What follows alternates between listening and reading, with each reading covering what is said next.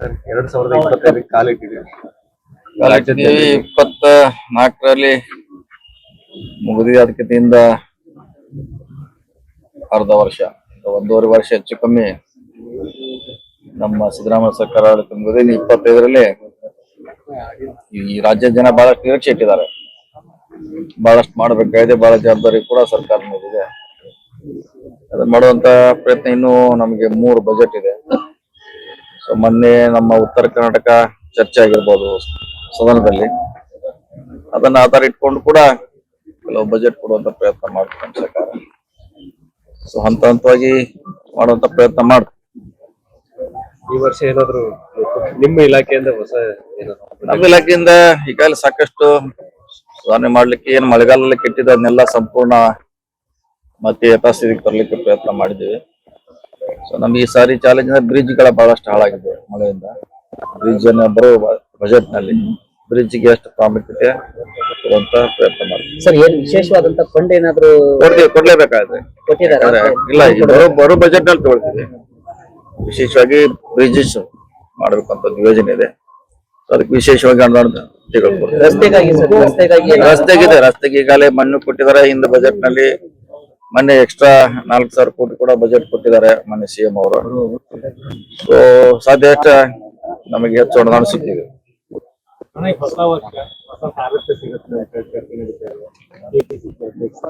ಅದು ನೋಡ್ಬೇಕಾದ್ರೆ ಪಾರ್ಟಿ ನಾವು ಹೇಳಿದಿಲ್ಲ, ಪಾರ್ಟಿ ಹಂತಲ್ಲಿ ಚರ್ಚೆ ಆಗ್ಬೇಕು, ನಮ್ಮ ಹಂತಲ್ಲಿ ಇಲ್ಲ.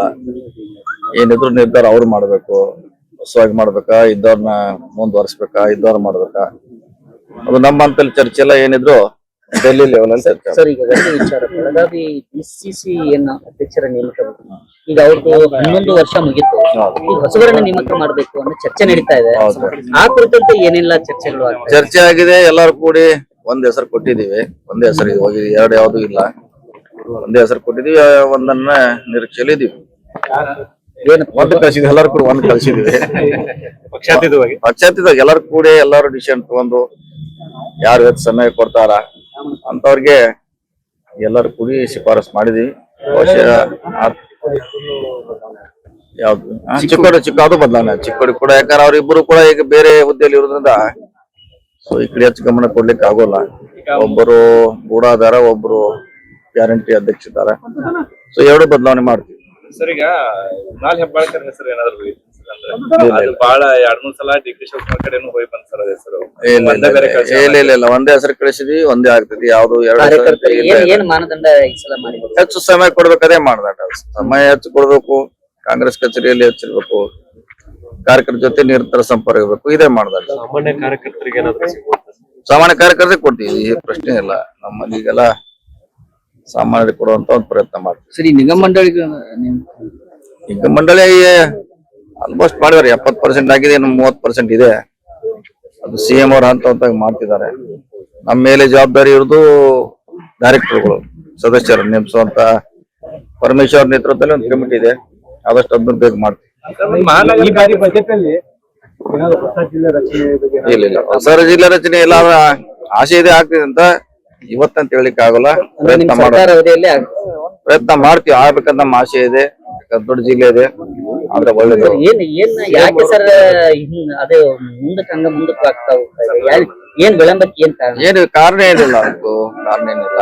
ಎಲ್ಲಾ ರೀತಿಯಿಂದ ಒಮ್ಮತ್ ಬರ್ಬೇಕಷ್ಟೇ. ಸರ್, ಈಗ ಮಹಾನಗರದ ಅಧ್ಯಕ್ಷ ಅದು ಅಧ್ಯಕ್ಷ ಯಾವ್ದ್ರೆ ಬೆಳಗಾವಿ ಮಹಾನಗರ ಎಲ್ಲ ಅವರು ಬೇರೆ ಹೆಸರು ಕೊಟ್ಟಿದ್ದಾರೆ. ಅವರು ಕೂಡ ಬೇರೆ ಹೆಸರು, ಬೇರೆ ಸಜೆಸ್ಟ್ ಮಾಡಿದಾರೆ ಅವರು. ಎಲ್ಲ ಚೇಂಜ್ ಆಗ್ತದೆ. ಪಕ್ಷದ ಇನ್ನಷ್ಟು ಬಲಗೊಳಿಸುವಂತ ದೃಷ್ಟಿಯಿಂದ ಕೆಪಿಸಿಸಿ ಸಾರೈತೆ.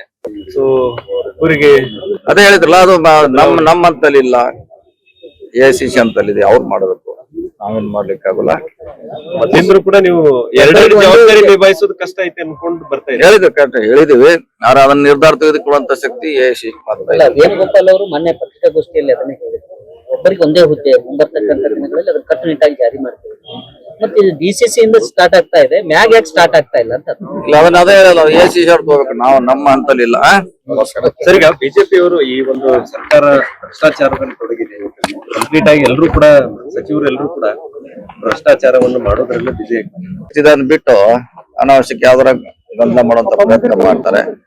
ನಮ್ಮ ಸರ್ಕಾರ ಒಳ್ಳೇದಿದೆ, ಒಳ್ಳೇದ್ ನಡೀತಾ ಇದೆ. ಸಿಟಿ ರವಿ ಕೇಸಿಗೆ ಸಂಬಂಧಪಟ್ಟಂಗೆ ಸಭಾಪತಿಗಳನ್ನ ಭೇಟಿಯಾಗಿ ಇಲ್ಲಿರುವಂತ ಪೊಲೀಸ್ ಅಧಿಕಾರಿಗಳ ಮೇಲೆ ದೂರನ್ನು ಕೊಡುವಂತ ಕೆಲಸವನ್ನ MLC ನೋಡೋಣ, ಅದೇನ ನೋಡೋಣ, ನನಗೆ ಗೊತ್ತಿಲ್ಲ ಅದ್ರ ಬಗ್ಗೆ.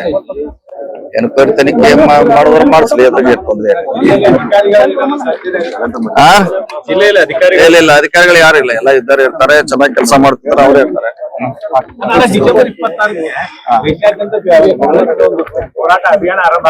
ಏನತ್ರ